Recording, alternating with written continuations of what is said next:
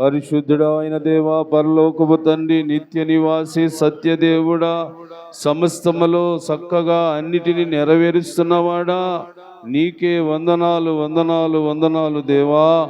నిరంతరము నాయనా నీ సేవలో, నీ పనిలో, నీ పరిలో ఉంటున్నాము తండ్రి. మమ్మల్ని బలపరచునైనా, మమ్మల్ని స్థిరపరచు తండ్రి. నీ కొరకు నైనా అందరము పని చేసేవారమే, నీ పనిలో ఉన్నాము. మమ్మల్ని బలపరచునైనా, మమ్మల్ని స్థిరపరచు తండ్రి. నీ కొరకే ఇంకా ఇంకా ఇంకా నన్ను మమ్మలను సిద్ధపరచుకోమని, ఇంకా నీ మాటలతో మమ్మల్ని ఉజ్జింపచేయమని, రావలసిన బిడ్డలుంటే వారిని సకాలమునకు నడిపించమని యేసు నామమున అడుగుచున్నాను తండ్రి, ఆమేన్. అందరూ కూర్చుందాం.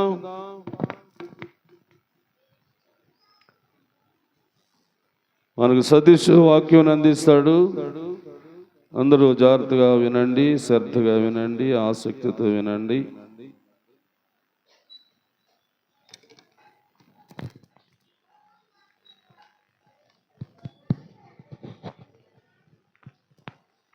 దేవుని నామమునకు స్తోత్రం. ప్రభునందు ఇప్పుడు వచ్చిన మీ అందరికీ హృదయపూర్వక వందనాలు. దేవుని యొక్క వాక్యాన్ని చదువుకుందాం. కొరింథీయులకు రాసినటువంటి మొదటి పత్రిక 13వ అధ్యాయము చివరి వచనంలో ఉన్న మాట చదువుకుందాం. కొరింథీయులకు రాసినటువంటి మొదటి పత్రిక 13వ అధ్యాయము చివరి వచనం అనగా 13వ వచనంలో ఉన్న వచనాన్ని మాటను మనం చదువుకుందాం. కాగా విశ్వాసము, నిరీక్షణ, ప్రేమ ఈ మూడును నిలుచును. వీటిలో శ్రేష్టమైనది ప్రేమయే. దేవునికి స్తోత్రం. చిన్న ప్రార్థన చేసుకుందాం. పరిశుద్ధుడు అయిన దేవా, పరలోకముందున మా తండ్రి, ఘనమైన వాడ, గొప్ప దేవుడా, సర్వోన్నతమైనటువంటి స్థలములలో నీకు మహిమయు, భూమి మీద నీకు ఇష్టమైనటువంటి బిడ్డలకు సమాధానము అనుగ్రహించినటువంటి సమాధానకర్తవైన దేవా, నీకే వందనాలు. నీ నామమును బట్టి ఈ సమయమందు నీ మందిర ఆవరణములో సమూహముగా, సంఘముగా కూడుకొనుటకై తండ్రి, మమ్మల్ని అందరినీ గతించిన కాలమంతయు నీ రెక్కల చోటున భద్రత మాకు అనుగ్రహించి, ఆహారం ఇచ్చి, ఆరోగ్యం ఇచ్చి, ఆయుష్కాలమును పొడిగించి సంరక్షించినందుకు నీకు వందనాలు. ఈ సమయమందు నీ మాటలు, నీ గ్రంథంలో ఉన్నటువంటి లేఖనాలు పరిశోధించుండగా నీవే మమ్మల్ని అందరినీ దర్శించి నీ ఆత్మ జ్ఞానముతో నాయన మాకు బోధనలు వినిపించమని, నీ చిత్తమే మా పట్ల నెరవేర్చమని యేసుక్రీస్తు నామమున అడిగి ప్రార్థన చేస్తున్నాము తండ్రి, ఆమేన్. దేవునికి స్తోత్రం. మంచిది. ఈరోజు 3 విషయాల గురించి మనం నేర్చుకోవడానికి ప్రయత్నం చేద్దాం. ఏమిటా 3 విషయాలంటే, మీరు చదివిన లేఖనంలో ఉన్న 3 విషయాలు ముచ్చటగా 30 నిమిషాల్లో నేర్చుకోవడానికి ప్రయత్నం చేద్దాం. ఏమన్నాడంటే, కాగా విశ్వాసము, నిరీక్షణ, ప్రేమ. ఏమండి చెప్పండి అందరూ. విశ్వాసము, నిరీక్షణ, ప్రేమ ఈ మూడును నిలుచును. ఎక్కడ నిలబడతాయి? ఎవరి పక్షాన నిలబడతాయి? ఎందుకు నిలబడతాయి అని ఒకవేళ గనుక మనము ఆలోచనలోకి వెళుతున్నట్లయితే, ప్రభు యొక్క ఆశ ఏంటంటే, మానవునికి అవసరమైనవి 3. 1 విశ్వాసము, 2 నిరీక్షణ, 3 ప్రేమ.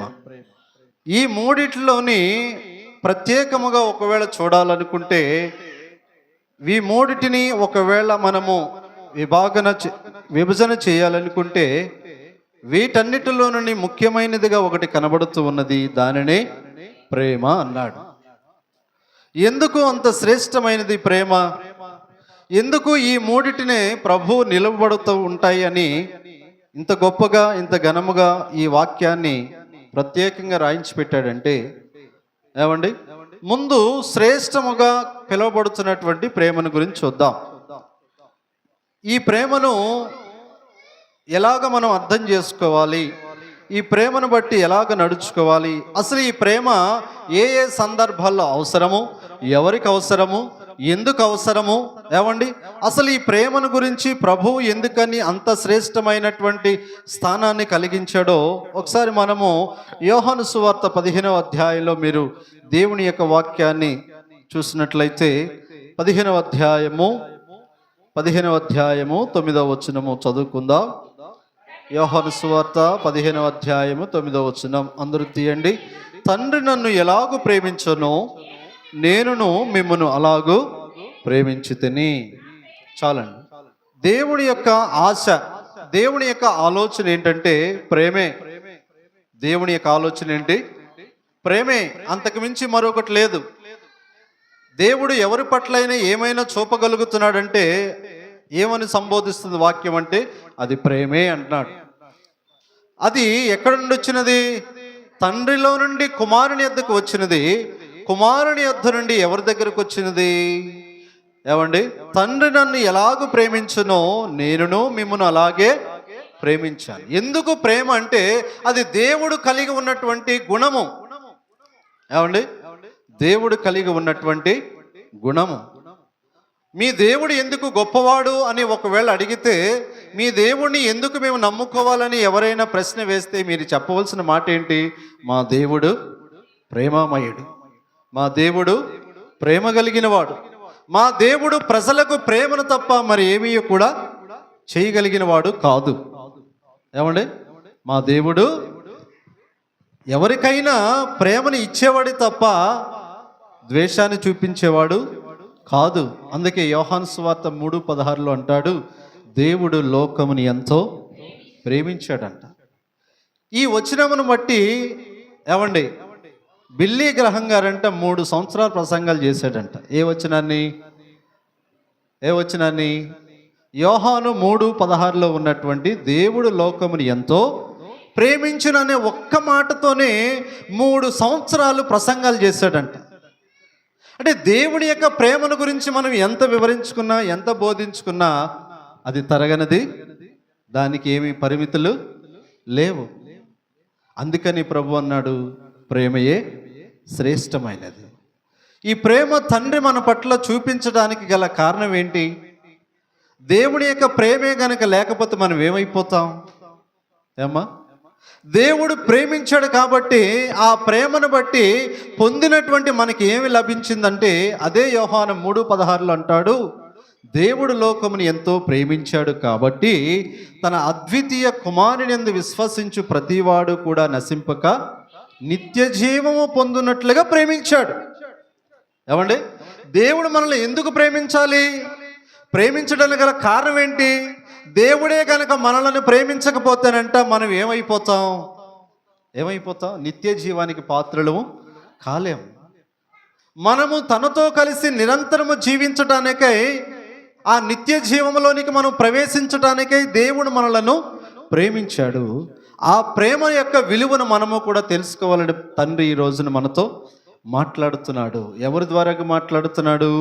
కుమారుడైనటువంటి యేసు ప్రభు ద్వారాగా మాట్లాడుతున్నాడు. తండ్రి నన్ను ఎలాగో ప్రేమించాడో అలాగనే నేను కూడా మిమ్మల్ని ప్రేమించితిని కాబట్టి నా ప్రేమ యందు మీరు నిలిచి ఉండాలి.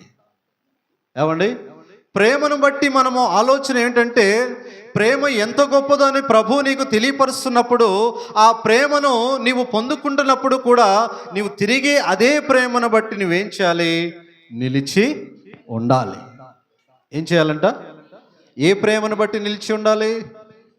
అర్థమవుతుందా? ప్రేమలో రకాలు ఉన్నాయి. ప్రేమలు చెప్పండి, కొన్ని ప్రేమలు చెప్పండి మీకు తెలిసిన ప్రేమలు. తల్లిదండ్రులు బిడ్డల పట్ల చూపే ప్రేమ, బిడ్డలు తల్లిదండ్రుల పట్ల చూపే ప్రేమ, భర్త భార్యను చూపే ప్రేమ, భార్య భర్తకు చూపే ప్రేమ, ప్రియుడు ప్రియురాలకు చూపే ప్రేమ. ఏమండి? ఇవన్నీ ప్రేమలే కాదా? ప్రేమలే కాదా? ప్రేమలే. ప్రేమ లేకపోతే ఎక్కడ కూడా ఏది కూడా జరగదు. కానీ ఇదే ప్రేమ ఏమవుతుందో తెలుసా? మీరన్న ప్రేమలు ఏమవుతుందో తెలుసా?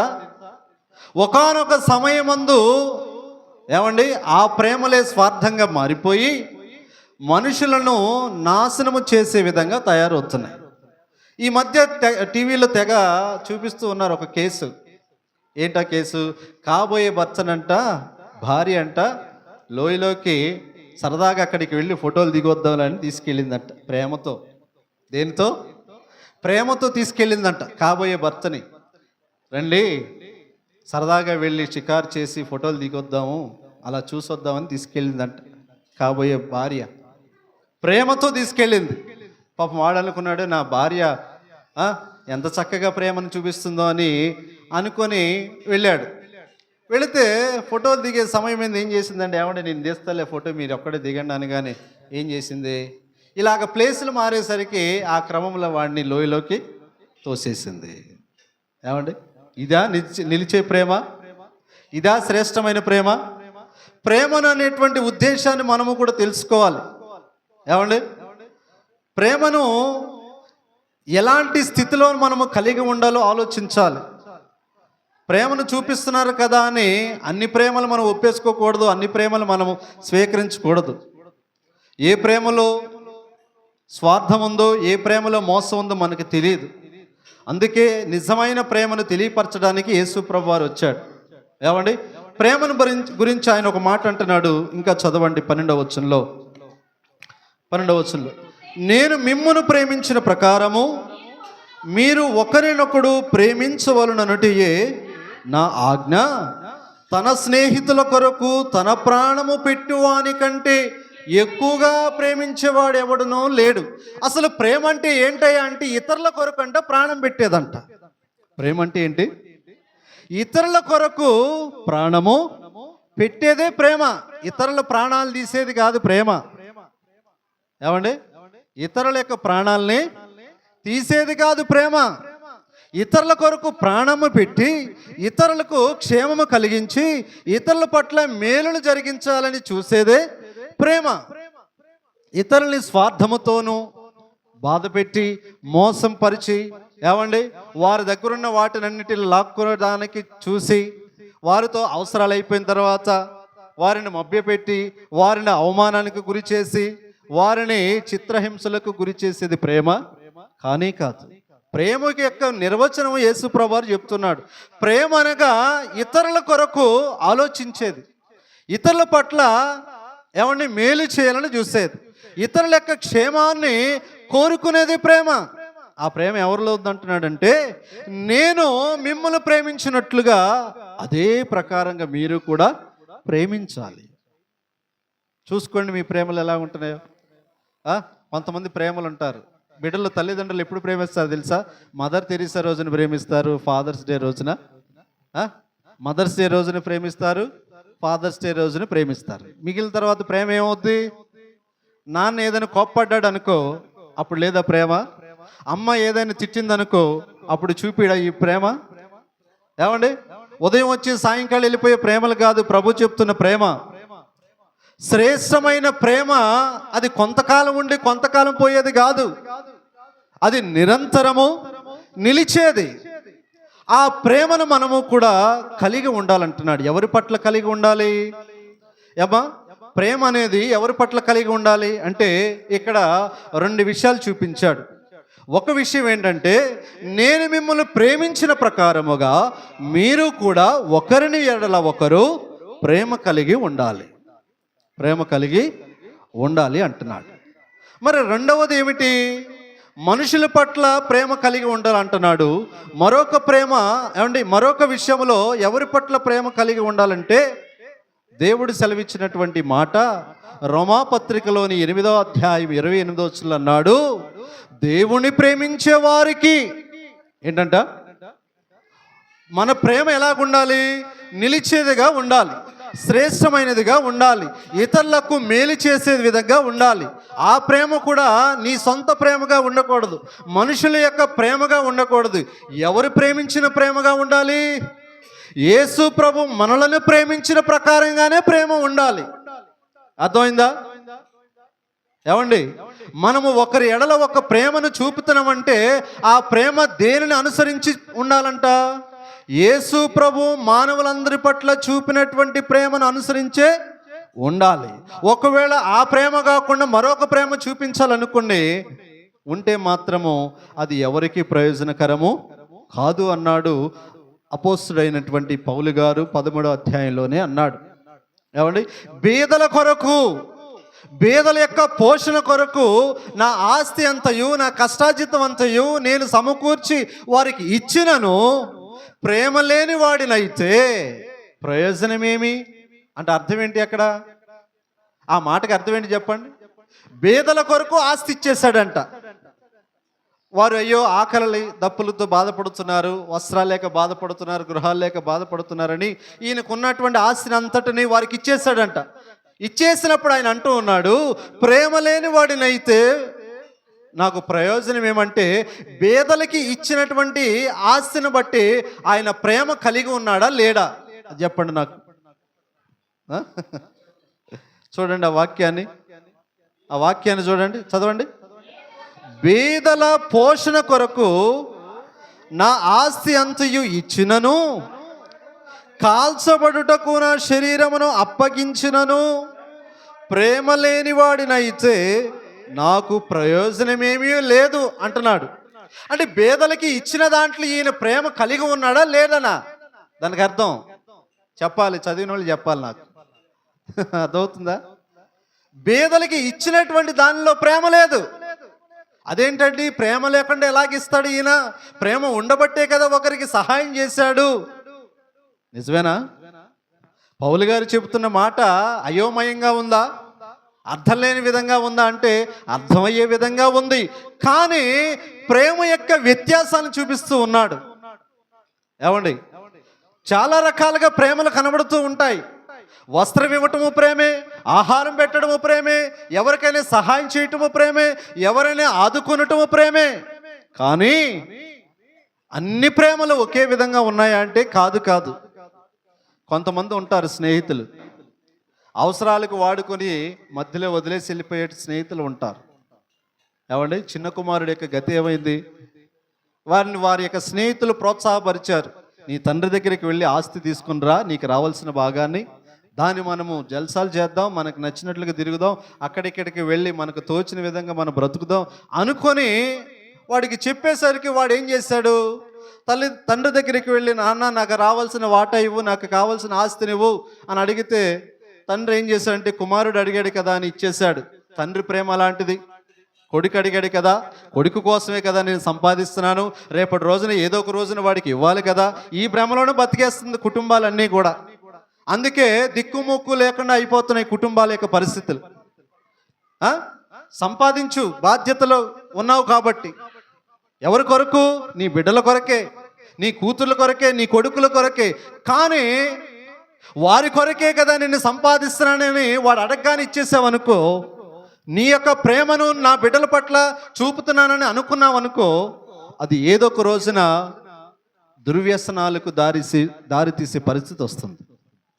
తండ్రి అనుకున్నాడు, నా కుమారుడికి కావాల్సింది ఇస్తేనే కదా నేను ప్రేమను చూపించినట్టు అని అనుకున్నాడు. ఇచ్చేశాడు, తీసుకున్నాడు, వెళ్ళిపోయాడు. నా స్నేహితులు చెప్పినట్లుగా నేను చేస్తేనే కదా నా స్నేహితుల పట్ల నేను ప్రేమ చూపించిన వాడిని అవుతానని వారు చెప్పిన విధంగా తండ్రి దగ్గరికి వెళ్ళి ధనాన్ని తీసుకుని వచ్చేసాడు. తీసుకుని వెళ్ళాడు, స్నేహితులతో కలిశాడు. వారు ఏం చేశారు? వాడు దగ్గర ఉన్నదంతా ఖర్చు పెట్టేసినంత వరకు వాడిని విడిచి వెళ్ళలేదు. ఎప్పుడైతే వాడి దగ్గర ఉన్నటువంటి ధనము కానీ ఆస్తి కానీ ఖర్చు అయిపోయిందో ఒక్కడు కూడా కనబడలేదు. చివరికి వాడి గతి ఏమైంది? ఏమండి, చివరికి వాడి పరిస్థితి ఏమైందమ్మా? పందులు తిని పట్టుకు ఆశపడాల్సి వచ్చింది. తండ్రి అనుకున్నాడు, ఆస్తినిస్తేనే కదా నేను కుమారుడి పట్ల ప్రేమ చూపించిన వాడిని అవుతానని. కానీ తండ్రి చూపించినటువంటి ప్రేమ కుమారుడికి ఎంతవరకు ఉపయోగపడింది? వీడేమనుకున్నాడు, నా స్నేహితులతో నేను కలిసి ఉంటేనే కదా, వారు అడిగినప్పుడు వారికి కావాల్సినవి ఇస్తేనే కదా నేను స్నేహితుల్ని ప్రేమించినట్టు అని అనుకున్నాడు. కానీ తండ్రి చూపిన ప్రేమ కుమారుడికి లాభపడలేదు. స్నేహితుల పట్ల చూపినటువంటి ప్రేమ వీడికి లాభపడలేదు. ఇలాంటి ప్రేమలు ఉండాలా మనకి? ఇలాంటి ప్రేమల కోసం మనం పరిగెత్తేది? ఏమండి, బైబిల్లో ఒక సందర్భం ఉంది. ఏమండి, చాలా ప్రేమల్లోని తల్లి ప్రేమ గొప్పదంటారు. అవునా కాదా? ఎంతమంది ఒప్పుకుంటున్నారు? చేతుల పైకి ఎత్తండి. తల్లులు తండ్రులు వద్దులేండి. ప్రేమలన్నిటికంటే తల్లి ప్రేమ చాలా గొప్పదని సమాజంలో ఒక మాట. తల్లి ప్రేమ మించినటువంటి ప్రేమ మరొకటి లేదంటారు. మంచిదే. ఒకసారి ఒక దేశంలో కరువు వచ్చింది. వినండి, కరువు వస్తే తినడానికి ఆహారం లేదు, ఆకలి వేస్తుంది. ఆకలి తీర్చుకోవాలని ఏదో రక ప్రయత్నాలు చేస్తూ ఉన్నారు. ప్రయత్నాలు చేస్తూ ఉంటే ఆ తల్లి ఏం చేసిందంటే, ఆమెకు ఒక కుమారుడు ఉన్నాడు.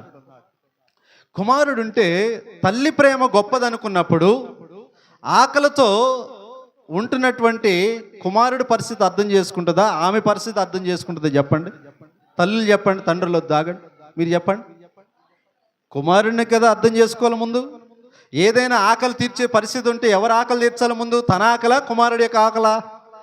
కుమారుడి యొక్క ఆకలే కదా తీర్చాలి. అదే కదా తల్లి ప్రేమ. దాన్నే కదా సమాజం ఒప్పుకొని గొప్పగా చెప్పుకుంటుంది. కానీ ఈ తల్లి ఏం చేసింది తెలుసా? తన ఆకలి తీర్చుకోవడానికి కుమారుని చంపేసి చుట్టుపక్కల ఉన్నటువంటి వారందరిని పిలిచి, ఈరోజు నా కుమారుని వండాను, ఆ వంటను మనం తిందామని, ఏమండి, ఆ కుమారుని కన్న తల్లి ఇరుగు పొరుగు వారిని పోగేసి అందరికీ భోజనం పెట్టింది. ఏ కుమారుని చంపి? చెప్పండి ఇప్పుడు. అమ్మా, తల్లి ప్రేమ గొప్పదేనా? బైబిల్లోనే ఉంది అది, నేనేం కొత్తగా చెప్పట్లేదు. ఉందా లేదా? ఉంది. తన ఆకలి తీర్చడానికి, తన ఇరుగు పొరుగు వారి యొక్క ఆకలి తీర్చడానికి సొంత కుమారుణ్ణి చంపేసి వాడిని వంట చేసి అందరికీ ఆహారం పెట్టింది. ఎంత గొప్ప ప్రేమ అది కదా. ఏమండి, ఇదా ప్రేమ? ఈ ప్రేమను బట్ట పౌలు గారు చెప్తూ ఉన్నాడు, బీదల పోషణ కొరకు నా ఆస్యంతో ఇచ్చినప్పటికీ ప్రేమ లేని వాడినైతే ప్రయోజనం లేదంటే, బీదలకు పెట్టేటప్పుడు అది ప్రేమ కాదు, అది ప్రేమ కాదు. ఒకడున్నాడు బైబిల్లో, ఇస్కరియోతు యోధ. నిన్నే చెప్పాను ఇవన్నీ, కానీ అందరూ లేరు కాబట్టి మరలా జ్ఞాపకం చేస్తున్నా. ఏమండి, స్వార్థపూరితమైన ప్రేమలు ఉంటున్నాయి ఈ రోజున. స్వచ్ఛమైన ప్రేమ ఎక్కడ కనబడదు. కనబడుతుందా? ఆస్తి కోసం తల్లిదండ్రులు ఇంటిలోంచి బయటికి ఎంటేసిన వాళ్ళు లేరా? ఉన్నారా లేరా? ఉన్నారు. పాపిష్టి పనులకు అలవాటు పడి, ఏమండి, బిడ్డల మీద ఏంటండి అవమానకరమైనటువంటి పనులు చేసిన తండ్రులు లేరా? ఉన్నారా లేరా? ఏమండి, తాగిన మత్తులోని ఎంత భయంకరమైన క్రియలు చేశారో నా నోటిని నేను చెప్పకూడదు, కానీ ఏమండి, కన్నవారి మీదే అవమానకరమైనటువంటి పనులు చేయటం, మరిచిపోయి ప్రేమ యొక్క విలువ లేదు, ప్రేమ యొక్క స్థానం లేదు. ఉందంటారా ప్రేమ ఈ రోజుల్లో? లేదు. నువ్వు ఒకవేళ వెతకాలనుకుంటే మనుషులే వెతకొద్దు. అందుకే యేసుప్రభు అన్నాడు, నేను మిమ్మల్ని ప్రేమించినట్లుగా మీరు ప్రేమ కలిగి ఉండండి. ఏ ప్రేమతో కలిగి ఉంటున్నావు? ఏ ప్రేమతో నడవబడుతున్నావు? ఏ ప్రేమను బట్టి నీవు జీవిస్తున్నావు? మనుషుల యొక్క ప్రేమలు కానేవద్దు, మనుషుల యొక్క ప్రేమలు కోరవద్దు. ఏ ప్రేమ కోరాలి? యేసయ్య చూపినటువంటి ప్రేమే. ఆయన ప్రేమలో ఎవరిని ద్వేషించింది లేదు, ఎవరిని దూషించింది లేదు, ఎవరిని అవమానించింది లేదు, ఎవరిని నిందించింది లేదు, ఎవరి పట్ల కూడా ఏమండి దుష్ట కార్యము చేసింది లేదు. ఎవరి ప్రేమ? ఎవరి ప్రేమ? శ్రేష్టమైన యేసయ్య ప్రేమ. ఆ ప్రేమని మనం ఎలా ఉండాలంటున్నాడు? నిలిచి ఉండండి. ఆయన చూపిన ప్రేమ శ్రేష్టమైనది, నిలిచేది. మీరు కూడా ఆ ప్రేమలో నిలవబడాలంటే యేసయ్య ప్రేమను మనం అందరం కూడా అర్థం చేసుకోవాలి. ఏమండి, ఏ ప్రేమ కలిగి ఉండాలంటే మనం ఏమ్మా, తల్లి బిడ్డలను ప్రేమించినటువంటి ప్రేమ కాదు, యేసయ్య ప్రేమించిన ప్రేమ కలిగి ఉండు. తండ్రి సంపాదించినటువంటి దాన్ని బిడ్డలకు పంచిపెట్టడం చూపే ప్రేమ కాదు, యేసయ్య నీ పట్ల చూపిన ప్రేమ కలిగి ఉండు. ఒక తండ్రి స్థానంలో ఉంటే, ఒక తల్లి స్థానంలో ఉంటే ఎవరి ప్రేమ కలిగి ఉండాలి? దేవుని ప్రేమ కలిగి ఉండాలి. ఎందుకని దేవుని ప్రేమ కలిగి ఉండాలి? ఆ ప్రేమ ఇతరుల కొరకు ప్రాణము పెట్టేదే తప్ప ఇతరుల యొక్క ప్రాణాలని తీసేది కాదు. ఇతరుల్ని క్షేమస్థితిలోకి నడిపించేదే యేసయ్య ప్రేమ తప్ప వారు నాశనం అయిపోవాలని కోరుకునే ప్రేమ కానీ కాదు. ఎవరి ప్రేమ? యేసయ్య. యేసయ్య ప్రేమ మరువలేనిది, ఆ ప్రేమ బంధం వీడిపోనిది. ఏ ప్రేమ అంట? యేసయ్య బంధాల్ని తెంపేది కాదు. యేసయ్య ప్రేమ బంధాల్ని తెంపేది కాదు. యేసయ్య ప్రేమ బంధాల్ని కలిపేది. యేసయ్య ప్రేమ ఒకరిని చెడగొట్టేది కాదు, ఒకరిని పడగొట్టదు, ఒకరి యొక్క నాశనాన్ని కోరదు. యేసయ్య ప్రేమ ఎలాంటిది? బాగు చేసేది. ఏమండి? యెరూషలేము యెహోవాయే కట్టుచున్నవాడని, యెరూషలేము యెహోవాయే కట్టుచున్నవాడని, వారి గాయములన్నీయు. ఏం చేసేవాడంటే దేవుడు పడిపోయినటువంటి యెరూషలేమును బాగు చేస్తూ గాయపడిన వారి యొక్క గాయాల్ని కట్టేది యేసయ్య ప్రేమ. అందుకే యేసయ్య అంటున్నాడు, నేను మిమ్మును ప్రేమించినట్లుగా మీరు నా ప్రేమ యందు నిలిచి ఉండండి. ఎలా ఉంది నీ ప్రేమ? చూసుకో. నీ ప్రేమ ఎలా ఉంది? చూపగలుగుతున్నావా యేసయ్య ప్రేమను సమాజం పట్ల? కలిగి ఉన్నావా నీ కుటుంబం పట్ల, నీ స్నేహితుల పట్ల కానీ, నీ బంధువుల పట్ల కానీ? ఏమండి? నిన్ను కన్నవారి పట్లైనా, నువ్వు కన్నవారి పట్లైనా ఏ ప్రేమను చూపిస్తున్నావు? యేసయ్య అంటున్నాడు, తండ్రి నన్ను ఎలాగ ప్రేమించాడో నేను మిమ్మల్ని అలాగే ప్రేమించాను, కాబట్టి మీరు నా ప్రేమ యందు నిలిచి ఉండండి. ఎవరినైనా ఒకవేళ ప్రేమించగలిగితే ఏ ప్రేమ ప్రకారంగా ప్రేమించమంటున్నాడు? యేసయ్య ప్రేమ ప్రకారంగా ప్రేమించు. ఎవరిని నిందిస్తున్నా, ఎవరిని దూషించినా నువ్వు వెంటనే నిందించొద్దు, వెంటనే దూషించొద్దు. ఆలోచించు, నిదానించు. యేసయ్య నీ పట్ల చూపిన ప్రేమని ఇతరుల పట్ల ప్రేమను చూపించు అంటున్నాడు. ఏమండి? ఒకటి, దేవుని ప్రేమించాలి. రెండు, ఒకరి ఎడల ఒకరు ప్రేమ కలిగి ఉండాలి. మూడవది ఏమండి? మూడు విషయాలు అన్నాను కదా. ఒకటి ప్రేమ గురించి చూసాం, రెండవది అక్కడే ఉన్నాయి విశ్వాసము గురించి. విశ్వాసము, ప్రేమ, నిరీక్షణ. నిరీక్షణ గురించి చూద్దాం. నిరీక్షణ గురించి చూద్దాం. నిరీక్షణ అంటే ఏంటి? నిరీక్షణ అనేది దేనికి సంబంధమైనది? ఏమండి? నిరీక్షణలోని ఎలాంటి ఉద్దేశాలు కలిగి ఉంటాయి? కాబట్టి మనము తెస్సలోనికి రాసినటువంటి పత్రికను చూద్దాం. తెస్సలోనికి రాసినటువంటి పత్రిక 4వ అధ్యాయము 13వ వచనం చదవండి. తెస్సలోనికి రాసినటువంటి మొదటి పత్రిక 4వ అధ్యాయము 13వ వచనం.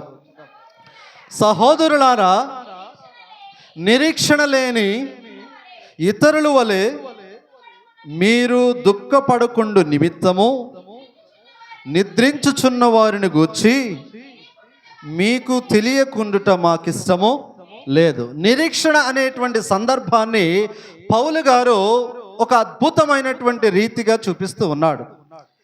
దీనిని మనం ఎలాగ గమనించాలంటే, ఇది బ్రతికున్నటువంటి వారితోటి మాట్లాడుతూ ఉన్నాడు. ఎవరి గురించి? నిద్రించినటువంటి వారిని గురించి. ఎవరి గురించి? నిద్రించినటువంటి వారిని గురించి ప్రస్తావిస్తూ బ్రతికి ఉన్న వారిని గురించి. ఇంతకీ నిద్రించిన వారంటే అర్థం ఎవరు? చనిపోయిన వారు. గమనించండి. ఏమండి?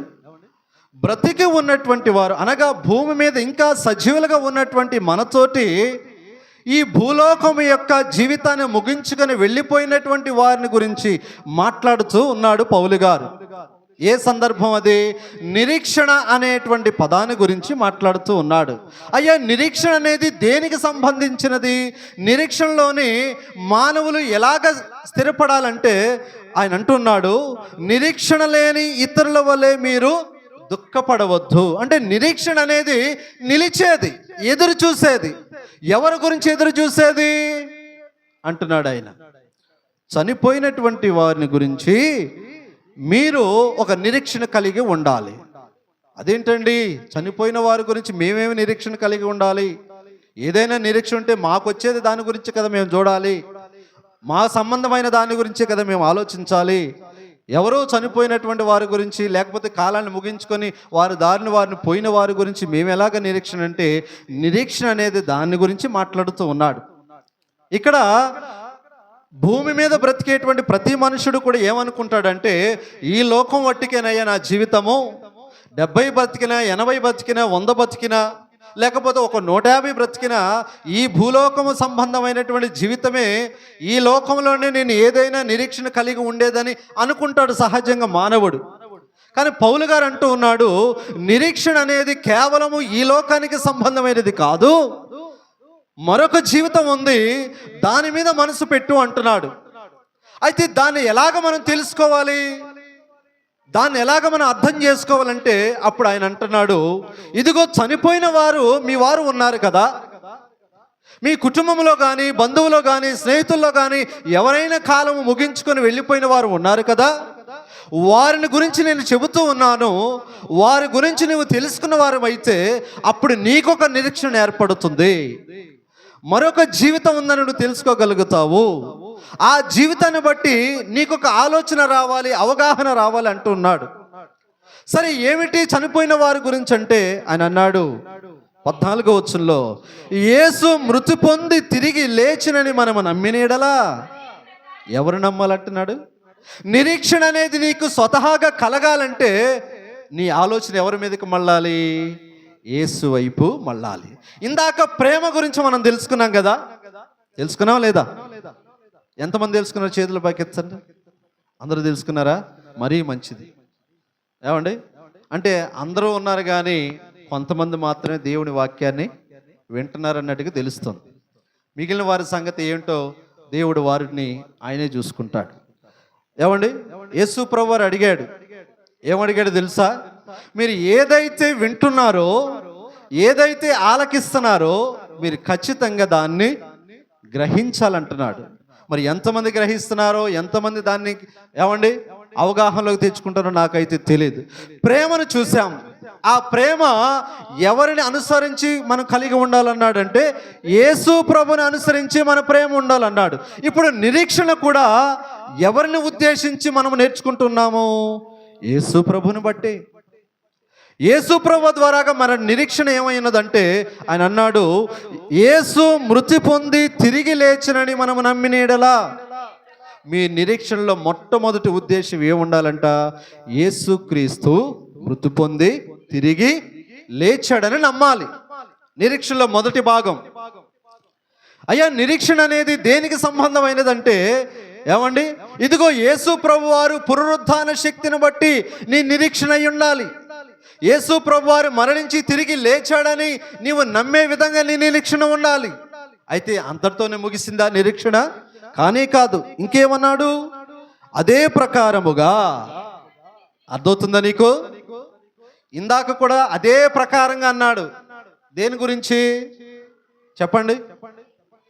యేసయ్య చూపినటువంటి ప్రేమను అనుసరించిన ప్రకారంగానే అన్నాడు నీ ప్రేమ ఉండాలి. ఇప్పుడు నిరీక్షణ కూడా దేని ప్రకారంగా ఉండాలంటున్నాడు? అమ్మా, దేని ప్రకారంగా ఉండాలంటున్నాడు? నిరీక్షణ కూడా యేసయ్య తిరిగి లేచాడు, ఆయన పునరుత్థాన శక్తితో నింపబడిన వాడు, ఆయనలో జీవం ఉంది, ఆయనలో మానవులను బ్రతికించేటువంటి శక్తి ఉంది. ఆ శక్తిని నీవు నమ్మిన వారం అయితే అదే ప్రకారంగా యేసునందు నిద్రించిన వారు ఏంటంట? మన నిరీక్షణ ఏమై ఉండాలంట? యేసు ప్రభు వారు పునరుత్థానుడై ఉన్నాడని మనం నమ్మాలి. ఆ నమ్మిక ప్రకారంగానే చనిపోయినటువంటి నీ వారు ఎవరైనా ఉంటే ఏమండి, వారు కూడా ఏమవుతున్నారంట? ఏమండి, వారు కూడా ఏమవుతున్నారు? యేసునందు నిద్రించిన వారు.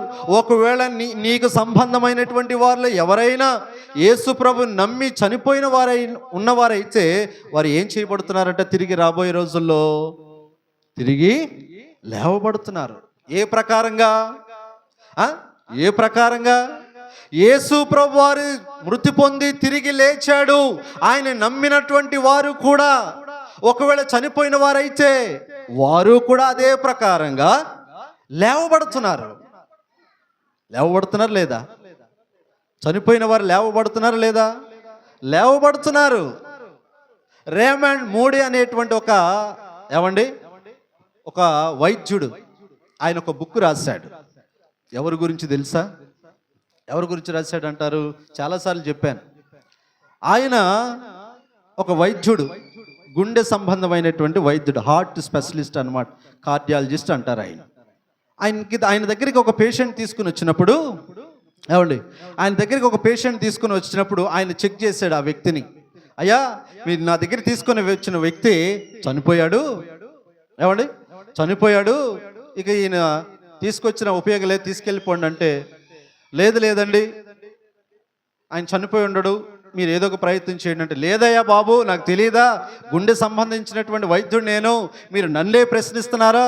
నేను చెక్ చేశాను, పూర్తిగా చూశాను, లేదు, ఈయన ఒంట్లో ప్రాణం లేదు, గుండె కూడా కొట్టుకుంటలేదు, నాడు కూడా లేదు, తీసుకెళ్ళిపోండి అని అంటే, లేదు ఏదో ఒక ప్రయత్నం చేయండి అనేసరికి, సరే వారి గోల పడలేక ఈయన ఏం చేశాడంటే, సరే ఇతన్ని ఆపరేషన్ థియేటర్లోకి తీసుకెళ్ళండి, మన వంతు మనం ప్రయత్నం చేద్దాం అని ఈ రేమండ్ మూడీ అనేటువంటి వైద్యుడు ఆ పేషెంట్ ఆపరేషన్ థియేటర్లోకి తీసుకెళ్ళాడు. ఆ శవాన్ని, పేషెంట్ కాదులే, శవాన్ని అందాం, ఎందుకంటే ఆయనలో ప్రాణం లేదని ఆ డాక్టర్ గారు నిర్ధారించాడు కాబట్టి. తీసుకెళ్ళినప్పుడు ఏం జరిగిందంటేనండి, ఆయన మరి వైద్యుడు కదా, ఏదో ఒక ప్రయత్నం చేయాలి కదా, బయట ఉన్న కుటుంబ సభ్యులేమో ఈయన చెప్పిన మాట వినట్లేదు. సరే నాదేం పోయిందిలే, ఒక ప్రయత్నం చేద్దాంలే అని ఈయన తన యొక్క వైద్య వృత్తిని బట్టి రకరకాల ప్రయత్నాలు చేస్తూ ఉంటే అప్పటికే ఆయనకి అర్థమైపోయింది, నా దగ్గరికి తీసుకొచ్చినప్పుడు ఈయన చనిపోయాడు, నాకు తెలిసి ఈయన బ్రతకడు అని. కానీ కుటుంబ సభ్యులు అడిగిన కోరిక మేరకు ఈయన చేస్తూ ఉంటే, ఈ మీరు సినిమాల్లో లేకపోతే చూసే ఉంటారు, ఏమండి, షాక్ ఇస్తూ ఉంటారు, ఈ గుండెలకి, ఈ చెస్ట్కి షాక్ ఇస్తూ ఉంటారు, కరెంటు పెట్టి షాక్ ఇస్తూ ఉంటారు. ఆ ప్రయత్నం చేస్తూ ఉండగానంటే వెంటనే ఆయనలోనికి ఒక కదలిక రావటం ఈ డాక్టర్ గారు గమనించాడు. డాక్టర్ గారు గమనించేసరికి మొత్తానికి ఇక ఆయన కోలుకోవటం మొదలైంది.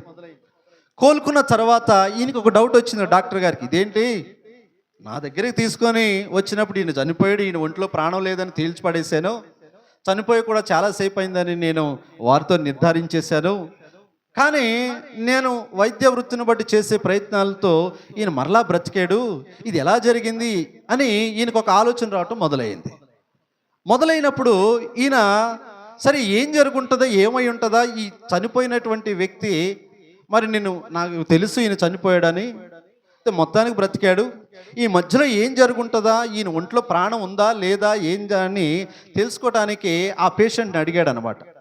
ఇక శవం కాదు కాబట్టి, బ్రతికాడు కాబట్టి ఆ పేషెంట్ని అడిగాడు, ఏమయ్యా, నా దగ్గరికి వచ్చినప్పుడు నువ్వు చచ్చిపోయావు, నేను కన్ఫర్మ్ చేసేసాను, కాకపోతే నా ప్రయత్నాలు నేను చేస్తే తిరిగి బ్రతికావు, ఏం జరిగింది, నీకేమైనా గుర్తుందా అని అడిగాడు.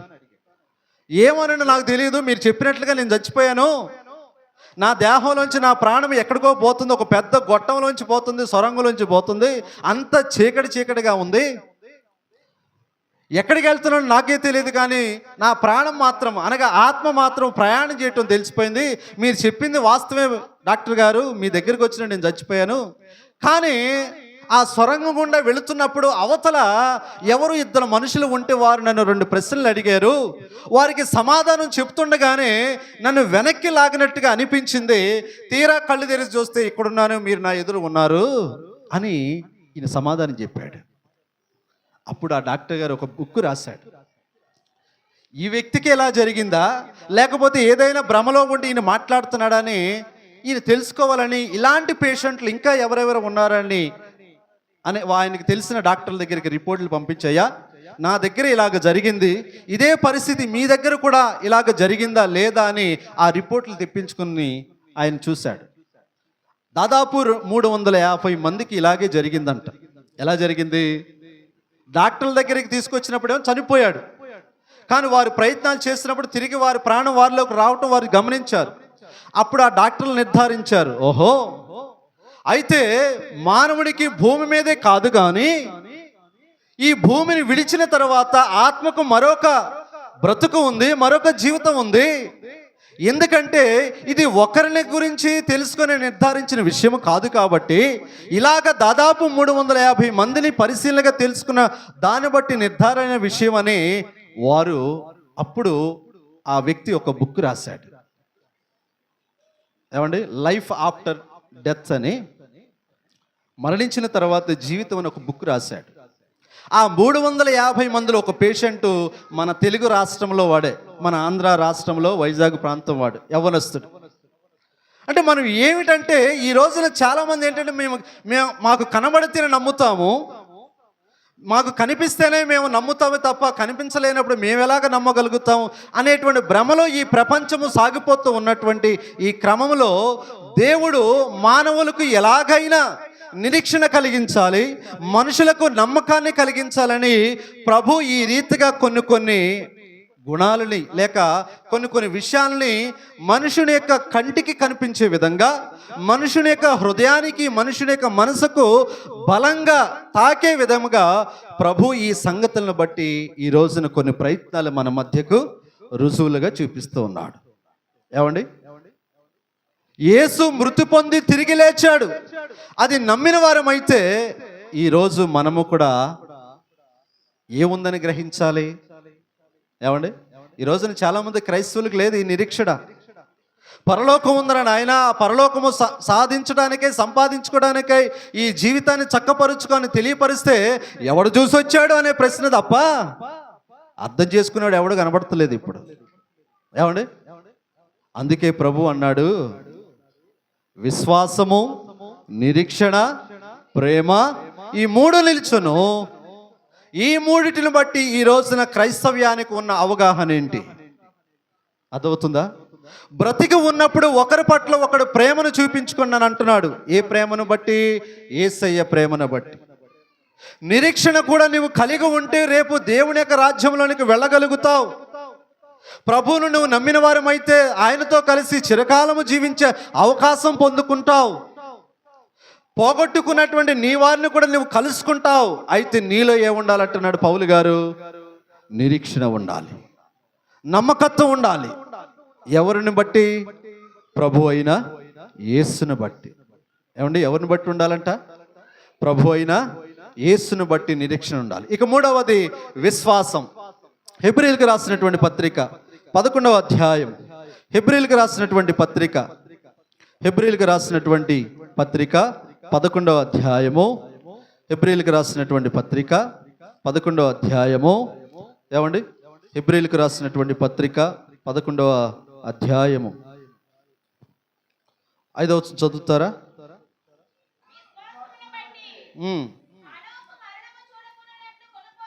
అవును, 6వ వచనం చదివేయండి. డైరెక్ట్గా వెళ్ళిపోదాం, సమయం అయిపోయింది. విశ్వాసము లేకుండా దేవునికి ఇష్టడై ఉండుట అసాధ్యం.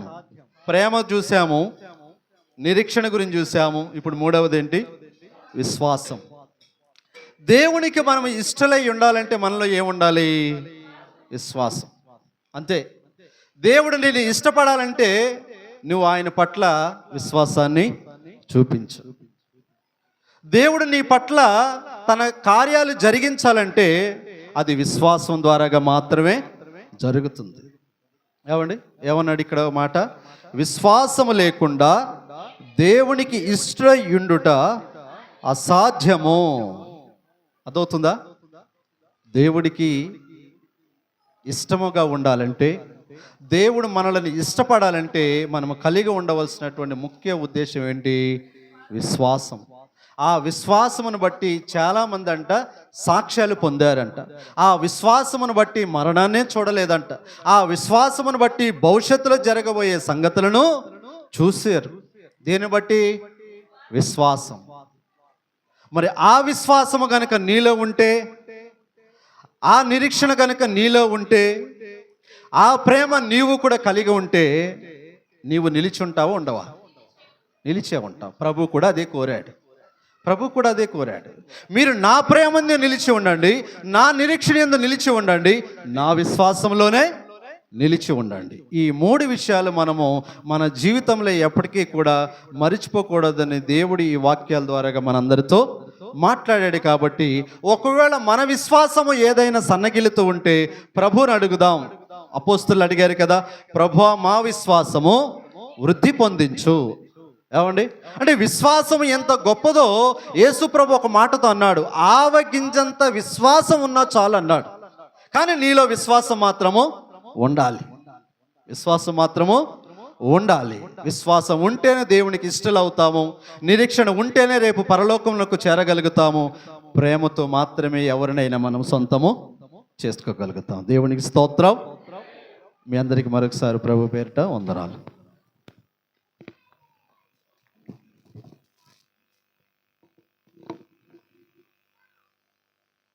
దేవునికి స్తోత్రం.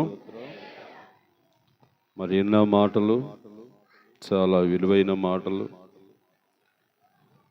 నీకు ప్రయోజనకరమైన మాటలు. ఈ మాటల మీద మీ మనసు పెట్టి, మీ ఆలోచన కూడా పెట్టి జీవిస్తారని పూర్తిగా నేను నమ్ముచున్నాను.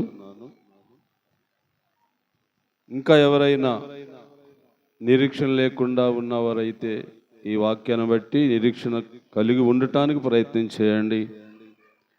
ఎవరిలో అయినా ఇంకా విశ్వాసం సన్నగిలుతూ ఉంటే వారు విశ్వాసాన్ని పెంచుకునేటట్లుగా సిద్ధపడుతూ ఉండండి. ఒకవేళ యేసు ప్రభువు వారు చూపిన ప్రేమను ఇతరుల పట్ల నువ్వు చూపించలేకపోతే ఇక్కడి నుంచి అయినా ఆ ప్రేమను కనపరచడానికి ప్రయత్నాలు చేయండి. ఒక శతాధిపతి, ఆడికి ఒక దాసుడు ఉన్నాడు. ఆడు రోగై ఉన్నాడు. అంటే విశ్వాసం అనేది ఎలా ఉంటుందో ఒక్క మాటలో చెప్తాను, బాగానండి. అయితే ఆ శతాధిపతి యేసు ప్రభువుని గురించి విన్నాడంట. విన్న తర్వాత ఏం చేశాడంటే ఈ దాసుని బాగు చేయమని తన దగ్గర ఉన్న పని వాళ్ళిద్దరిని పంపించాడు యేసుప్రభు దగ్గరికి. యేసుప్రభు మాటలు ఆలకించి వస్తా ఉన్నాడు. వస్తా ఉంటే అప్పుడు ఈ శతాధిపతి అంటాడు, అయ్యా, నువ్వు నా ఇంటిలోనికి వచ్చుటకు నేను పాత్రుడును కాను. నువ్వు మాట మాత్రం సెలవిస్తే చాలు. స్తోత్రం. మాట. యేసుప్రభు గారు ఇంటికి రాబోతున్నాడు.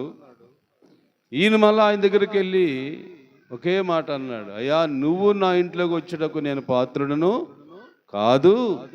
నువ్వు మాట మాత్రం సెలవిస్తే చాలు, నా దాసుడు స్వస్థత పడతాడు అనే మాట ఆలకించిన యేసుప్రభు వారు ఏమన్నాడు చెప్పండి మీరు? ఇశ్రాయేలీలు ఎంతమంది? ఇశ్రాయేలు అంటే ఎంతమంది? యేసుప్రభు కాలంలో రాబడికి కొన్ని కోట్ల మంది ఇశ్రాయేలీలు. ఈడేమో అన్యుడు. ఎవరు? ఈ శతాధిపతి అన్న అతను అన్యుడు. ఇశ్రాయేలు ఎవరు? క్రైస్తవులు అనొచ్చు, లేక యూదా జాతి వారు అనొచ్చు వారిని. అంటే నిజంగా యెహోవాని నమ్ముకున్నవారు వాళ్ళంతా. కానీ యేసుప్రభు కాలం రాబడి కొన్ని కోట్ల మంది ఇశ్రాయేలులు భూమి మీద ఉండేవారు. యేసుప్రభు వారు ఈ శతాధిపతి మాట ఆలకించిన తర్వాత అన్న మాట చెప్తున్నాను, ఇశ్రాయేలులైనను ఇంత గొప్ప విశ్వాసం ఉన్నట్లుగా నేను చూడలేదు. అంటే విశ్వాసం ఎలా పెరిగింది? విశ్వాసం ఎలా పెరిగింది బాబు? యేసుప్రభుని చూస్తే పెరిగిందా? యేసుప్రభు వారు మాట ఇంటే పెరిగిందా? యేసుప్రభుని నమ్ముకుంటే విశ్వాసం పెరగదు. యేసుప్రభుని నమ్మేసుకున్న వాళ్ళని చెప్పేవాళ్ళు చాలామంది ఉన్నారు. అలా అంటే పెరగదు. నువ్వు ఏమి నమ్మాలా? ఆయన చెప్పిన మాటల మీద ఖచ్చితంగా నువ్వు నిలబడాలా. అప్పుడు నీలో ప్రేమ పెరుగుతుంది, అప్పుడు నీలో విశ్వాసం పెరుగుతుంది, అప్పుడు నీలో నిరీక్షణ పెరుగుతుంది. మాటలన్నీ పక్కకు దోసి నేను యేసుప్రభు నమ్ముకున్నాను ఊరిని చాటినా ప్రయోజనం ఉండదు. మాట నమ్మండి, దేవుని మాట నమ్మండి. విశ్వాసం పెరగాలంటే యేసుని గురించే వినాలి. అది మనకు బలం, అది మనకు శక్తి. ఏమండి, ఇప్పుడు క్రైస్తవులు బాగా విశ్వాసుల మీద చాలా చాలా దాడులు జరుగుతున్నాయి కదా, చూస్తున్నాం కదా. అయితే వారు విశ్వాసం లేనివారు కాబట్టి దాడి చేస్తూ ఉంటారు. వారిలో విశ్వాసం అభివృద్ధి లేదు కాబట్టి వారు అనేక రకాల మాటలు అంటూ ఉంటారు. విశ్వాసుల మీద నిందలు కూడా మోపుతూ ఉంటారు. ఇవన్నీ నీకు తెలిసి ఉండొచ్చు, ఇవన్నీ మనం తెలుసుకునే ఉండొచ్చు. కానీ వారిలాగా మనం ఉండకూడదు. అనుకుంటే అనుకోండి, నాకు దేవుడు పైన ఉన్నాడు. నిందిస్తే నిందించుకోండి, నాకు దేవుడు పైన ఉన్నాడు. ఏమండి, నా గురించి చెడుగా మాట్లాడితే మాట్లాడుకోండి, నాకు దేవుడు పైన ఉన్నాడు అనే గొప్ప విశ్వాసము, నిరీక్షణ, ప్రేమతో మనం ఉండాలని ఈరోజు దేవుడు తన ఆత్మ ద్వారాగా తన వాక్యాన్ని మనకు బోధించాడు. కాబట్టి ఆలకించిన వారందరూ జీవితాల్లో అన్వయించుకోండి. ఇంకా భవిష్యత్తులో ముందుకు దేవుడు మీకు ఇంకా అనేక సంగతులు చెప్పాలని, ఇంకా మర్మాలని బోధించాలని నేను అనుదినము మీకోసం ప్రార్థన చేస్తూ ఉంటాను, సమాజం కోసం ప్రార్థన చేస్తూ ఉంటాను. అలాగా దేవుడు మనల్ని బలపరిచి దీవించునుగాక. ఈ వాక్యమును మన వినికిడిలో స్థిరపరచునుగాక. సాక్ష్యం ఎవరైనా ఉన్నారా? సాక్ష్యం చెప్పగలవారు ఎవరు లేరు కదా? ఉన్నారా? లేరా? లేకపోతే అందరూ లేచి నిలబడదాం. సమర్పణ